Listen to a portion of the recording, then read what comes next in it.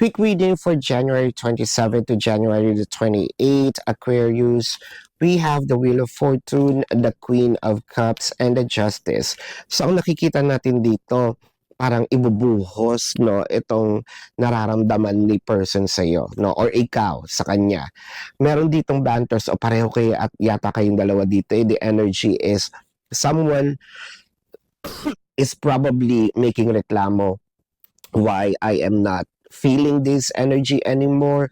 So, siguro may pinakitang abundance si person, time, energy, effort before, and then you found out bakit nababawasan. So, it may be a reklamo or a demand, or it can also be a request. Pero I feel like ngayon, medyo napansin ni person na kailangan mo nga uli or na nakita niya sa sarili niya na nagiging kulang nga, no? So, it felt like, yeah, medyo inaayos na nito ni person at ibibigay na sa iyo yung mga dati mong namimiss na ginagawa niya. Kahit ito ay focus sa relationship or sabihin nating yung pagmamanage, no, nitong inyong relationship. So, this is your quick reading for January the 27 to the 28th. My name is Daphne, but spirit calls me bye-bye.